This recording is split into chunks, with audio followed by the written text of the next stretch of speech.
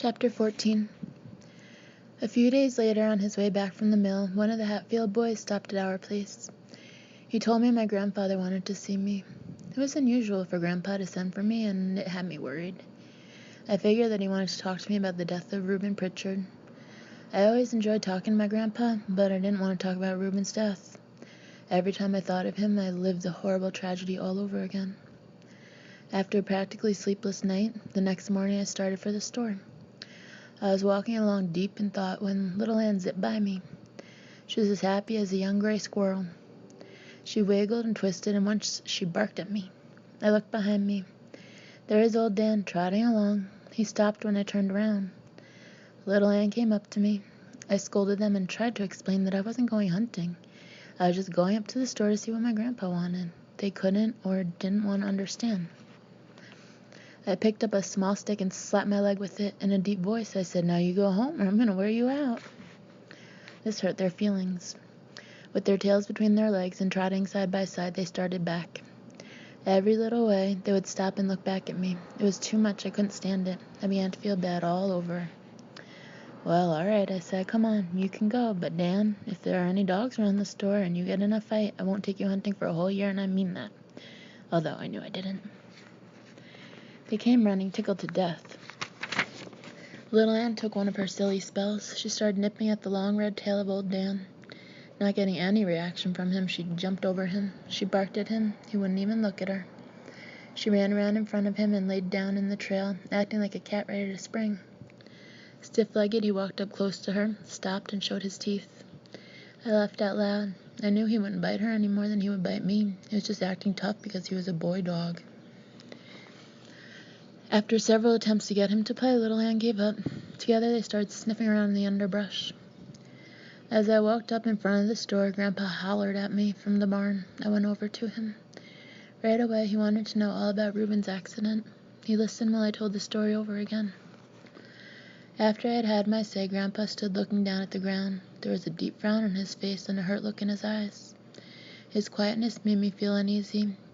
He finally raised his head and looked at me. What I could see in his friendly old face tore at my heart. It seemed that there were more wrinkles than I had ever seen before. His uncombed, iron-gray hair looked almost white. I noticed that his wrinkled old hand trembled as he rubbed the stiff wire stubble on his chin. In a low voice that quivered as he talked, he said, "Billy, I'm sorry about all this, truly sorry. I can't help but feel that in a way it was my fault." "No," Grandpa said, "it wasn't your fault. It wasn't anyone's fault. It just happened and no one could help it." "I know," he said, "but if I hadn't called Reuben's bet, nothing would have happened. I guess when a man gets old, he doesn't think straight. I shouldn't have let those boys get under my skin." Grandpa said, "Reuben and Rainey could get under anybody's skin. You couldn't help that. Why, they could get under everyone's skin that gets close to them." "Yes, I know," he said, but still I acted like a fool. "Billy, I had no idea things were going to turn out like they did, or I wouldn't have called that bet." Wanting to change the conversation, I said, "Grandpa, we won that bet fair and square, but they took my money anyway." I saw the fire come back to his eyes. This made me feel better. He was more like the grandpa I loved. "It's all right," he said. "We'll just forget the whole thing." He stepped over and laid his hand on my shoulder. In a solemn voice, he said, "We won't talk about this again. Now I want you to forget it ever happened and wasn't your fault." "Oh, I know. It's hard for a boy to ever completely forget something like that. All through your life, you'll think of it now and then, but try not to let it bother you and don't ever feel guilty about it. It's not good for a young boy to feel that way." I nodded my head, thinking people would just stop questioning me about Reuben's death. Maybe I could forget. Grandpa said, "Well, the accident wasn't the only thing I wanted to talk to you about. I've got something else, something I think will help us both forget a lot of things." The twinkle in Grandpa's eyes reminded me of what my father had said. "Seems like that old man could cook up more deals than anyone in the country." I didn't care how many deals my grandpa cooked up. He was still the best grandpa in the whole wide world. "What have you got?" I asked. "Come over to the store," he said, "and I'll show you." On our way over, I heard him mutter, "I hope this doesn't turn out like the ghost coon hunt." On entering the store, Grandpa walked to the post office department and came back with a newspaper in his hand. He spread it out on the counter. Pointing with his finger, he said in a loud voice, "Look there."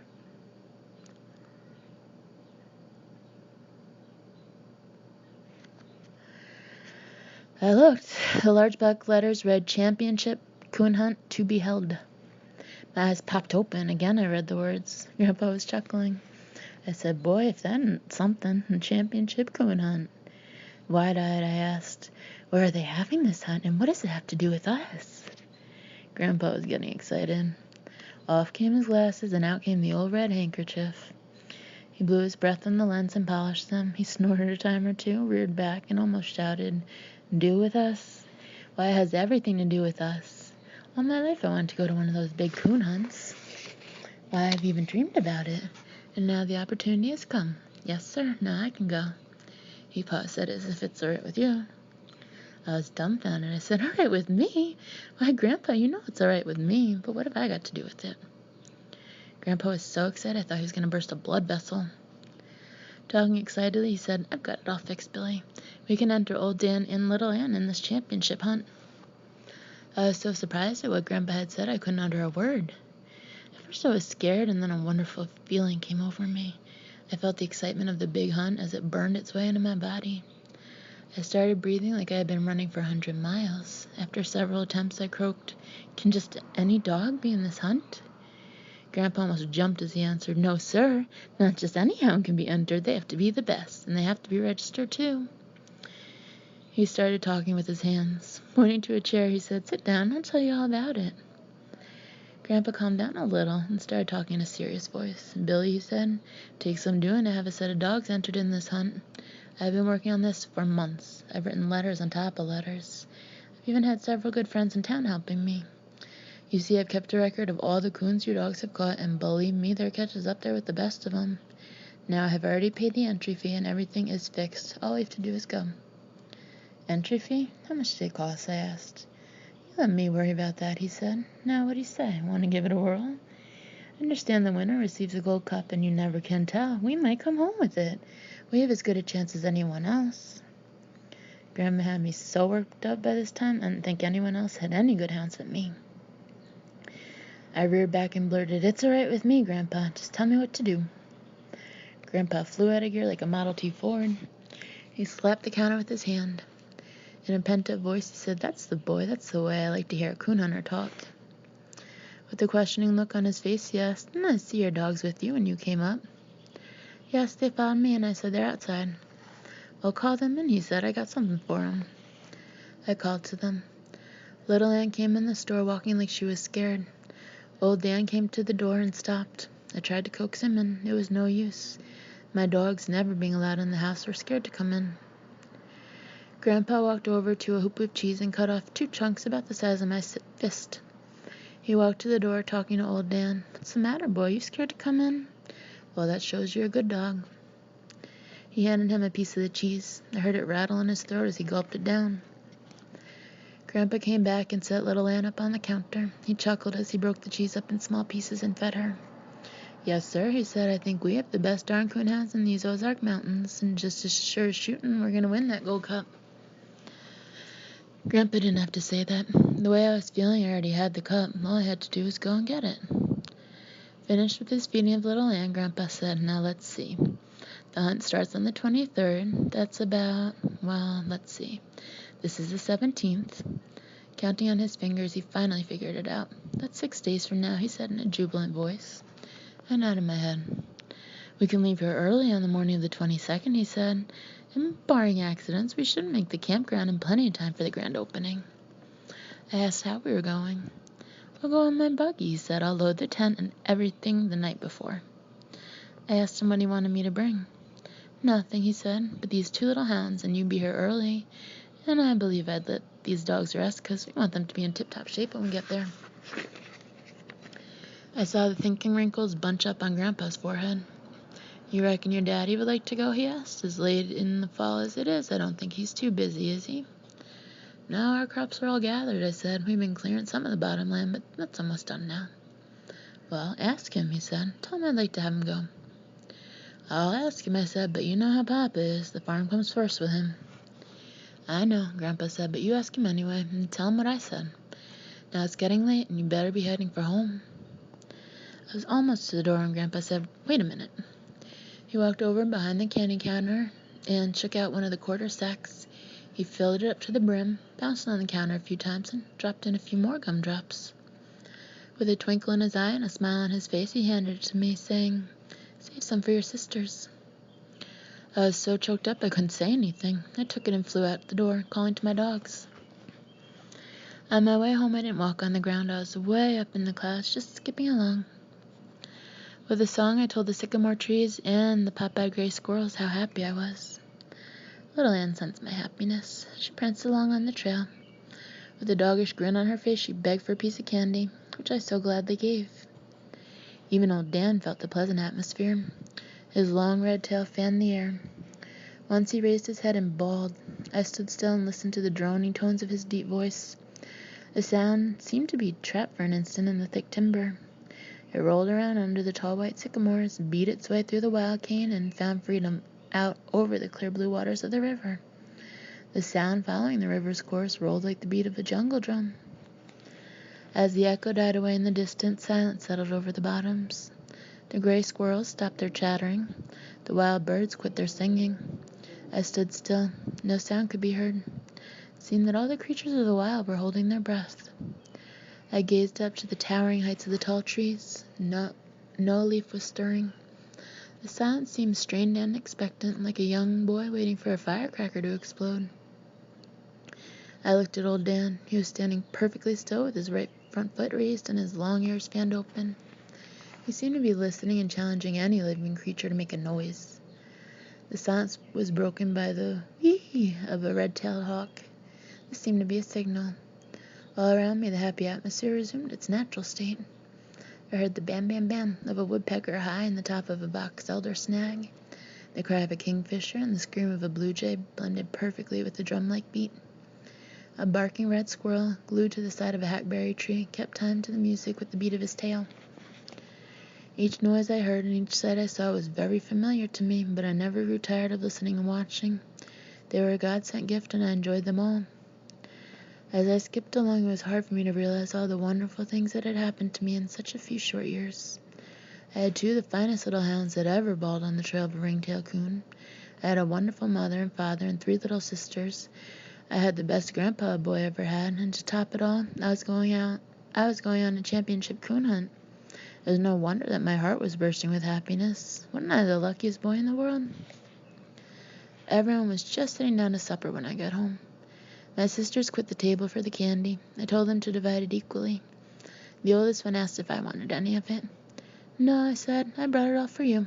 Of course, I didn't tell them about the 4 pieces I had in my pocket.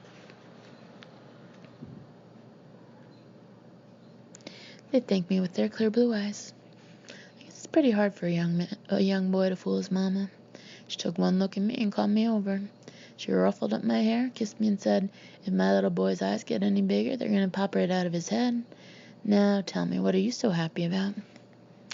Before I could say anything, Papa chuckled and asked, "What's going on between you and your grandpa? What are you and that old man cooking up now?" As fast as I could talk, I started telling about the big coon hunt. I told how hard Grandpa had been working to have my dogs entered and how he had already paid my entry fee. Catching my breath and looking at Papa, I said, "We're going in his buggy and he wants you to go." I waited in silence for his reply. Papa sat there staring off into space, sipping his coffee and saying nothing. I knew he was thinking. In the silence, I was sure I could hear my heart thumping. I said, "Papa, please go. We'll have a lot of fun. Besides, the winner receives a big golden cup." He scratched his head and said, "Billy, I'd sure like to go, but I don't see how I can with all this work around here." I was beginning to think Papa wasn't going to go. Then Mama started talking. "Work?" she said. "Well, the work is practically done. I don't know of one thing you couldn't put off for a few days. Why don't you go? You haven't been anywhere since I don't know when." "It's not only the work I'm thinking of," Papa said. "It's you and the girls." "Well, don't worry about the girls and me," Mama said. "We'll be all right. Besides, it'll be several months yet before I need any help." When Mama said this, it dawned on me. I had been so busy with my coon hunting, I hadn't noticed anything unusual. Mama's tummy was all swelled up. She was going to have a baby. I felt guilty for not having noticed. I went over and put my arms around her and kissed her. Papa spoke up. "It's sure going to be a good hunt," he said. "I heard something about it up at the store one day." Grandpa said there would be hunters there from everywhere, I said, and some of the best coonhounds in the country. Do you think you have a chance to win the cup, Papa asked. I started to answer him when the little one piped up. They can't beat old Dan a little, Aunt, she said. I just bet they can't. Everyone laughed at her serious remark. I would have kissed her, but she had candy, cornbread, and molasses all over her face. I told Papa I didn't know how good those dogs were, but there was one thing I did know. If they beat mine, they would have to hunt harder than they ever had before. After I had had my say about the dogs, the silence settled over the dining room. Everyone was looking at Papa and waiting for his answer. I saw a pleased smile spread over his face. He stood up. All right, I'll go, he said, and by golly, we'll bring that gold cup back too. My sisters started clapping their hands and squealing with delight. A satisfied smile spread over my mother's face. At that moment, I'm sure no boy in the world could have been happier than I. Tears of happiness rolled down my cheeks. Mama wiped them away with her apron. In the midst of all the excitement, my little sister, saying not a word, climbed down from her chair. No one said anything, we just watched her. Still clutching a spoon in her small hand, she came around the table and walked up to me. Looking down at the floor in a bashful voice, she asked, Can I have the gold cup? Putting my finger under her sticky little chin, I tilted her head up. I smiled as I looked into her clear blue eyes. I said, Honey, if I win it, I'll give it to no one but you. I had to cross my heart and hope to die several times before she was satisfied. Back in her chair, she gloated over the others. You just wait and see, she said. It'll be all mine, nobody's but mine, and I'll put my banty eggs in it. Silly, you don't put banty eggs in a gold cup, the oldest one said. They're just made to look at. That night I dreamed about gold cups, little red hounds, and coons as big as rain barrels. Once I woke myself up, whooping to my dogs. The next few days were busy ones for me. Knowing that Papa and I would be gone for several days, I did everything I could to make things convenient for Mama. I chopped a large pile of wood and stacked it close to the kitchen door. To make it easy for her to feed our stock, I put some poles from the hillside and boxed up one of the stalls in the barn. I filled it full of hay so she wouldn't have to climb the ladder to the loft. Papa laid down the law to my sisters about being good and helping Mama while we were gone. The day before we were to leave, I was as nervous as a June bug in a hen house. The day seemed endless. A few of the miserable hours were spent talking to my dogs. I told them all about the big hunt and how important it was. Now, if you don't win the golden cup, I said, I won't be mad because I know you will do your best. Old Dan wouldn't even look at me and paid no attention to what I said. He was sulking because I hadn't been taking him hunting. When I talked to little Ann, it was different. She listened and seemed to understand everything I said. I dreaded to go to bed that night. I thought sleep would be impossible. I must have been more tired than I thought I was. I fell asleep almost immediately. Old Red, our rooster, woke me at daybreak, crowing his full head off. It was a beautiful morning, clear and frosty. After a good breakfast, we kissed Mama goodbye and started for the store. I'm sure there were a lot of coon hunters in the Ozarks, but on that morning none could have felt as big and important as I. Walking along by the side of my father, I threw out my chest and tried hard to keep pace with his long strides. He noticed and laughed. You have to grow up a little bit, he said, but before you can take steps that long. I didn't say anything, I just smiled. Hearing a noise overhead, I looked up. The gray ones were winging their way southward. I listened to their talking and wondered what they were saying. Looking to the mountains around us, I saw that the mysterious artist who comes at night had paid us a visit. I wondered how he could paint so many different colors in one night. Red, wine, yellow, and rust. My dogs were trotting along in front of us. I smiled at the way their hindquarters shifted to the right. Little Ann would jump and bounce and try to get old Dan to play, but the solemn old boy just jogged along, heedless of everything. You know, Papa said, she didn't even act like a hound. She is bouncing and playing all the time. Why, she acts more like a little pup than a hound. Yes, I know, I said. I've noticed that myself. But you know one thing, Papa? She's the smartest dog I've ever seen. Why, some of the things she does are almost unbelievable. Yes, I know, said Papa, but still it's strange, very strange. There's only one thing wrong with her, Papa, I said. Yeah, what's that, he asked. You won't believe it, I said, but she's gun-shy. Gun-shy? How do you know she's gun-shy, Papa asked. I didn't know for a long time, I said, until one day when I was hoeing corn down in the field by the old slough. She and old Dan were digging in a bank after a groundhog. Across the river, some fishermen started shooting a gun. It scared little Ann, and she came running to me, shaking all over. Oh, Papa said, maybe you just thought she was scared. No, I didn't, Papa, I said. It happened again up at the store one day. Grandpa shot a chicken hawk. When the gun went off, it scared her half to death. No, she's gun shy, all right. Oh, well, Papa said, that doesn't mean anything. A lot of dogs are afraid of guns. I know, I said, but you wouldn't think she would be that way. I believe if I had a gun of my own, I could break her of being gun shy. Papa looked at me. He said, from what your mother says, you won't be getting a gun for some time yet. Yes, I know, I said. When we reached the store, we saw the team was already hitched to the buggy and was standing in front of the store. Grandpa had loaded the tent and several boxes of groceries. I had never seen him in such high spirits. He slapped Papa on the back, saying, I'm sure glad you could go with us. It'll do you good to get out once in a while. Papa laughed and said it looked like I had to go or have everyone in the family mad at me. Looking in the buggy, I saw my axe. I didn't think I ever wanted to see it again, but for some reason it didn't look like I thought it would. There was no blood on it, and it looked harmless enough laying there all clean and bright. Grandpa saw me looking at it. He came over. I kept it a few days, he said, just in case the marshal wanted to ask some questions. Everything seems to be all right now. We may need a good axe on this hunt. Grandpa sensed how I felt about the axe. He waited in silence for my answer. The excitement of the hunt was so strong in me, even the sight of the axe brought back only a fleeting remembrance of Reuben's accident. I said, yes, we will need one. Besides, it's a good one, and there's no use in throwing it away. Grandpa laughed, reached over, and screwed my cap around on my head, saying, that's the boy. That's what I wanted you to say. Now you better go to the barn and get some hay and make a bed in the buggy box for your dogs. Oh, Grandpa said they can walk. They don't ever get tired. Besides, they're used to walking. Walk? Grandpa almost shouted. They're not going to walk. No, sir, not if I can help it. You want them to be footsore when we get there? Papa chuckled and said, we can't win a Gold Cup with 2 sore-footed hounds, can we? Of course not, Grandpa said. Now you go and get that hay, like I said. As I turned to go to the barn, I couldn't help but smile. It made me feel good to have my Papa and Grandpa so concerned about my dogs. I had taken only a few steps when Grandpa said, oh, wait a minute. I stopped and turned around.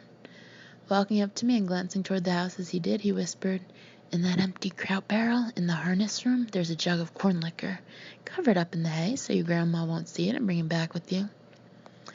With a twinkle in his eye, he said, you never can tell when we'll need some medicine.